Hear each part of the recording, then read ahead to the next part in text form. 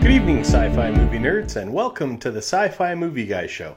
My name is Mike, and this is weekly show number 16, and we've got a lot of good stories today, but we're always going to start out, as we always do, with Star Wars news. So our first story today is last week a new trailer from the upcoming film Rogue One, a Star Wars story, gave fans glimpses of a hovering Star Destroyer, rebel pilots in shackles, a very tall robot named K2SO spouting the odds of failure, AT-ATs in battle, and an ominous Death Star, and yes, even a glimpse of Darth Vader in all his dark side glory.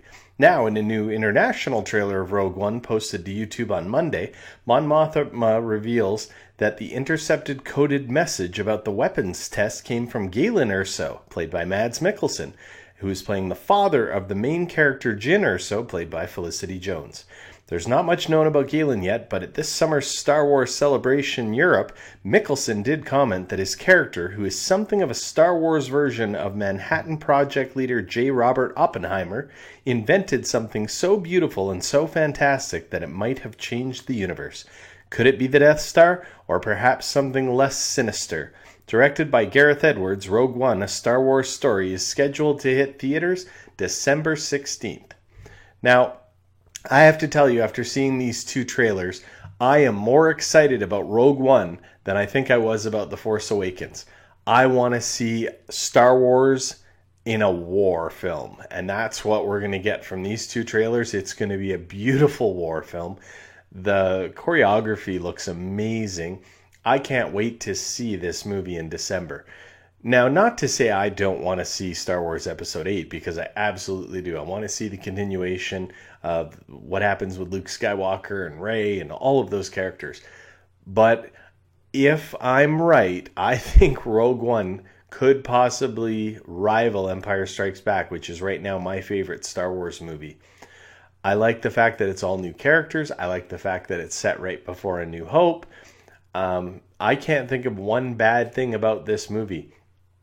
So I would love to hear from you in the comments what you think about the new Rogue One movie and whether or not you think it's going to rival The Force Awakens. And please tell me what you think. So now we're going to our second story in Star Wars news today. And Star Wars fans are still busy dissecting each frame from the recently released Rogue One, a Star Wars story trailer, but the first spin-off film is hardly the only project in a galaxy far, far away, making headlines this summer. Director Rian Johnson wrapped up principal photography on Star Wars Episode 8 back in July, well ahead of the film's December 2017 release date. This gives him plenty of time to handle the extensive post-production process, which surely will include any reshoots, as it is customary for all big budgets movie these days. After finishing about a month ago, Johnson took a short break from the Star Wars world, but he's now back to work, on the heels of Academy Award winner John Williams announcing he will start composing the music score in the very near future. Johnson has begun the Episode 8 editing process, piecing together his first cut of the anticipated sequel. Now, this to me says that they are ahead of schedule. I mean, you are now in August, and we are not going to see Star Wars Episode 8 for a year and 4 months. This is going to be brilliant time to put together Star Wars Episode 8. I mean, they're going to do reshoots. We know they're going to do reshoots because once they start putting this story together, and this is how it works. They put the story together and they put together a first cut. Then they show it to a few people at Lucasfilm and they say, you know what, I'm missing this shot. This story needs to go in this direction. And they're going to bring back the actors, do the reshoots, do the final cut. Then they'll do a test audience. And this is perfectly fine to me. Now, back in the old days when you heard about reshoots were a stopgap because this movie was awful. That's not the case anymore. Now they have these big giant budgets and they put in like stupid amounts of money, like $40-50 million scheduled for reshoots because they want to make the absolute best movie possible for movie fans. And I am absolutely fine with this. I mean, The Force Awakens had reshoots and that movie was brilliant. Captain America Civil War had reshoots, and that movie was brilliant. So So excited that they've got all this time to work on Star Wars Episode 8. And again, not looking forward to it quite as much as I am Rogue One, but I still can't wait to see Star Wars Episode 8 in theaters. And now our next Star Wars story is a very sad one. On August 13th, Kenny Baker, the actor who played R2-D2 in 1977 Star Wars, has passed away at the age of 81. According to his website, Baker began his career in show business in 1950 as a performer in a troupe known as Burton Lester's Midgets. From there, he joined Billy Smart's circus before moving on to ice shows. In the 1960s, he toured Great Britain as half of a club act called the Mini-Tones with Jack Purvis, and both men went on to be cast in Star Wars A New Hope. Purvis played a Jawa, while Baker, 3 foot 8 inches tall, climbed into the costume of R2-D2, the cheerful droid who was paired with Anthony Daniels' uptight C-3PO. Baker went on to play the role in The Empire Strikes Back, Return of the Jedi, and the 3 Star Wars prequels, as well as the Holiday Special and The Muppet Show for R2-D2. He also had a memorable role in Terry Gilliam's Time Bandits and appeared in several other films and television shows, from Mona Lisa to Amadeus. Baker's wife Eileen died in 1993. He is survived by 2 sons and 7 grandchildren. He will be missed by Star Wars fans all around the world. And I have to tell you, I was really sad when I heard this because I actually had a chance to meet Kenny Baker. And this was years ago. This would have been in the early 1990s. And I was at a convention and he was there signing autographs, and he was so genuinely happy to see his fans. And I got a signed Star Wars R2-D2 poster, and he was just incredible. He took that extra time with everybody. It wasn't shuffle you along, and you could tell that Star Wars changed his life, because let's face it, okay, back in those days, for little people to get really good roles in movies was very tough for them. They were almost like sideshow acts, and they were destined to not have great careers, maybe make an appearance in a wrestling TV show. And Kenny Baker really was a leader getting into little people's rights and helping other actors of his stature get into Hollywood. So Kenny Baker was just an amazing person.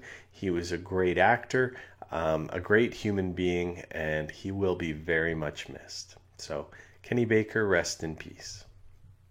Now our next story in Star Wars news, and it's our last one in Star Wars news, is Phil Lord and Chris Miller are now casting the role for a young Lando Calrissian for the upcoming Young Han Solo movie. Alden Ehrenreich has already been cast as young Han Solo, and now the rumor mill has it that Lord and Miller's first choice to play Lando is Donald Glover, who is best known for his role as Troy Barnes in the television sitcom Community, but has also had notable roles in big movies such as playing scientist Rich Purnell in The Martian, and he has also been cast in the 2017 movie Spider-Man Homecoming, although we do not know exactly what role he will be playing in the Spider-Man film yet. Now, I have to tell you that I think Donald Glover would make a great Lando Calrissian. He's funny. He's a very talented actor. I think this would be a perfect cast for him. I think he might be a little younger than Lando was, though, in Empire Strikes Back. Lando Calrissian in that movie was around 40, and I think Donald Glover is around the age of 30, so it might work out perfectly for age if they set the Young Han Solo movie back, 10 or 12 years before Empire Strikes Back. So the age works. He's a phenomenal actor. I really hope they can get him. I don't know if they can. I don't know if he's interested in the Star Wars universe. I don't know much else about it. Whoever they get to play Lando, though, it's going to be a great role. And that could turn into other prequel movies or standalone movies. So, yeah, Donald Glover, I hope he gets it, and I hope we get to see him in the Han Solo film. And that's it for Star Wars news today. So now we're going to get into sci-fi news. And our first story in sci-fi news is 20th Century Fox has released a new clip for the Morgan movie featuring stars Kate Mara and Toby Jones, in which they lay out key details about the mysterious title character from the upcoming science fiction thriller. Morgan tells the story of a corporate troubleshooter sent to a remote top secret location where she is to investigate and evaluate a terrifying accident. Directed by Luke Scott, son of acclaimed director Ridley Scott, and it's been written by Seth Owen. The film features a large ensemble cast including Anya Taylor-Joy, Rose Leslie, Boyd Holbrook, Michelle Yeoh, Jennifer Jason Leigh, and Paul Giamatti. Filming began on May 26, 2015 in Northern Ireland, and this film is scheduled to be released on September 2nd, 2016. Now, I talked about this movie in one of my previous weekly shows. It is probably my most anticipated science fiction movie of this year. It's a brand new movie. It's not a sequel. It's not a trilogy. It's not a prequel. It is an original story, and I love original story movies. When I first heard about this movie, I was genuinely excited. I mean, the trailers look phenomenal. This new TV clip looks phenomenal. Kate Mara is an amazing actress, so underrated in so many different things. I know she was in that Fantastic Four movie, and she was the best part of that movie. Even though it wasn't a great movie, she was an amazing actress in it. She was in The Martian. Her role in that was incredible. I love this actress. I can't wait to see this movie. If you haven't seen the trailer, you have to go on, watch the trailer on YouTube, and then please leave me a comment below and tell me if you're excited to see Morgan, because I know I am. This is, again, my most anticipated sci-fi film of 2016. So our next story is next year's Justice League will see Henry Cavill step back into the Superman suit for the third time on the big screen. Now it seems that the suit will look a little different this time around. While the Superman uniform remained pretty consistent from 2013's Man of Steel to this year's Batman v Superman Dawn of Justice, Cavill is teasing what his next outing as the Man of Steel will look like, and it harkens back to one of the most popular storylines in Superman history, the death of Superman from the 1993 comics. Now, I had a picture up while I was telling you about the story, and it's a black Superman suit, and there's all these little intricate details in it, which come from the cryptex, which Superman was melded with when he was sent into the pod to come to Earth. And this is, if you go back and you read these comics, it was a great story. Now, I think it's a little early to be doing that story because we're just getting to know Superman in these first two movies. And I would have much rather seen Superman, build up to be the really great Superman that we know now, then come back as an evil Superman. But you know what? That's the thing about this new movie universe for DC. They can do it in any which order they like, and they did kill Superman, spoiler alert, in Batman v Superman. If you haven't seen it yet, I'm really sorry, but you should have seen it by now. And so this is all conjecture, but I'm guessing what they'll do is when Superman comes back to life in the Justice League, maybe he'll come back as darker Superman, and the Justice League may have to fight him and get him back on board with the Justice League and get him back to the old Superman that he was, helping them. Whatever the case, I think the suit looks cool. I love Henry Cavill as Superman, and I'm really looking forward to seeing how this plays out in the Justice League movie. So our next story is after Paramount Pictures unveiled the mysterious teaser for Denis Villeneuve's sci-fi drama Arrival last week, the full trailer is now available. When the mysterious spacecraft touches down across the globe, an elite team led by expert linguist Louise Banks, played by Amy Adams, are brought together to investigate. Now, this trailer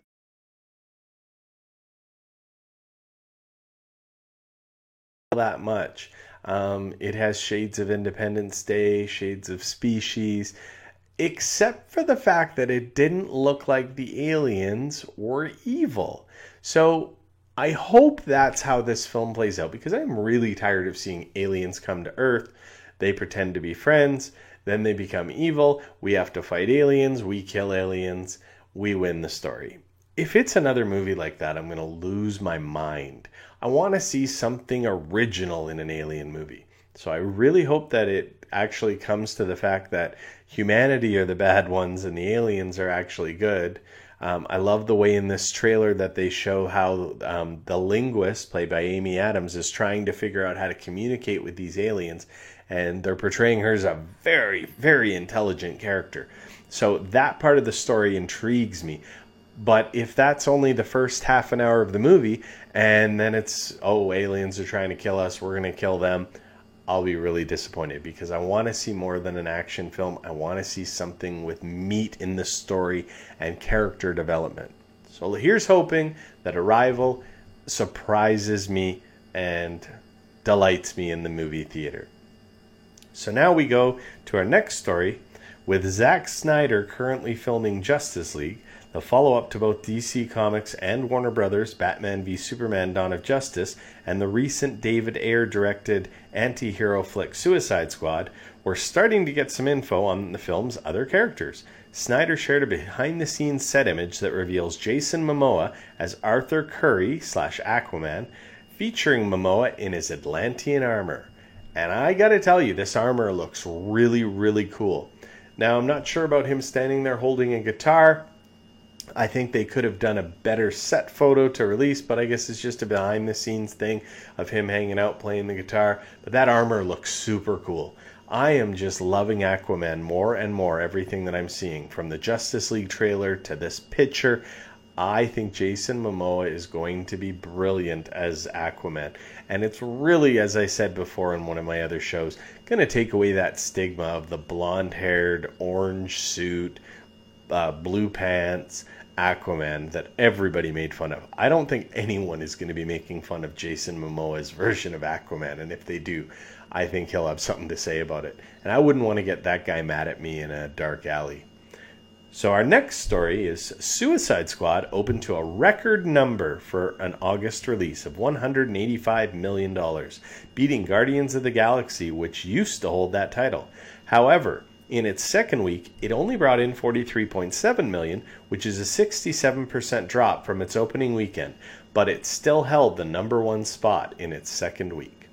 Now, this movie in its first week actually outdid Captain America: Civil War.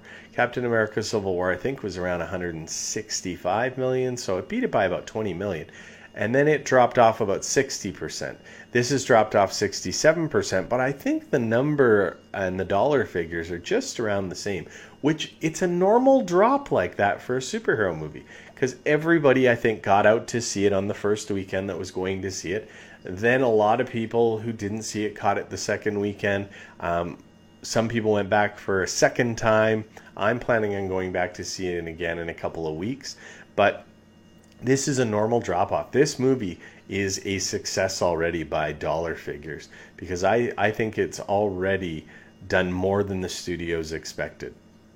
So if you haven't seen Suicide Squad, please go out and see it. It was a great film. It wasn't 100% super beautifully done movie, but I gave it a 7.5 out of 10 because it was a very entertaining movie. So don't listen to the critics. They don't know what they're talking about half the time when it comes to science fiction movies. I'm telling you, go see this movie. It is worth the money. And our last story today is Entertainment Weekly released the first look at Pennywise the Clown from the new movie It, which is based on the Stephen King novel of the same name. This is not the first time we have seen a film adaptation, but it's the first time, not the first time we've seen a film adaptation, but it is the first time it was on the small screen in the 1990s, and Pennywise was played by Tim Curry in that TV adaptation.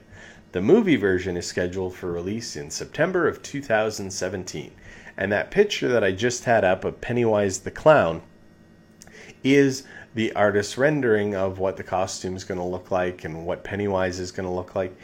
And I think what they're doing is they're going for a real retro look to make this clown feel very old. Because if you've read the book, and this is a spoiler alert, if you've read the book, or if you haven't read the book, I'm about to tell you something, but Pennywise is a very, very old entity. And it has been killing people for centuries. And it comes back every once in a while, feeds, and then goes back and into hibernation. So I think, now if you've seen It, the TV movie, Tim Curry played an amazing Pennywise the Clown. And the clown suit was more 1980s clownish. This, I think they're trying to give it that retro feel, which I'm okay with. I will save judgment on the movie till I actually see the movie, but this picture starts to get me excited because when I was a kid, and the book It is about that thick. It was one of those books that when I picked it up, I couldn't put it down. I think I was in grade 6, 7, somewhere in there. And once I started reading it, I could not put it down. And not a lot of books get me like that. But I would read it in the morning before I went to school. As soon as I got home after school, I would read it till I fell asleep at night. And I think I finished this book that was about this thick in about a week and a half. So I am really excited about this because I think it is Stephen King's one of his best stories. The other story that I really like of his was one of his short stories under the Richard Bachman novel. Under the title Richard Bachman, he used a pseudonym to see if he could actually release books, and it wasn't his name selling the books, and it turned out that he couldn't, because when he released the 4 short stories under the name Richard Bachman, it sold a total of 30,000 copies. As soon as he released it and told the story, it sold millions and millions of copies. But one of the stories in that short story book, entitled The Bachman Books, was The Long Walk. So if you're really interested in reading a very, very good Stephen King book, go back and read The Long Walk in the Bachman Books. That is it for Sci-Fi News, and I just wanted to say thank you to all my fans that emailed me. I had some great emails this week. No questions. They just wanted to say thanks for doing the show. Keep up the good work. So, that means so much to me. It'd also mean a ton if you guys put something in the comment section below. Let me know if you have any comments on the stories that I gave you this week. And remember, everybody, you can email me at movieguySci-fi@gmail.com, or you can follow me on Twitter at movieguySci-fi. And remember, nerds rule the world.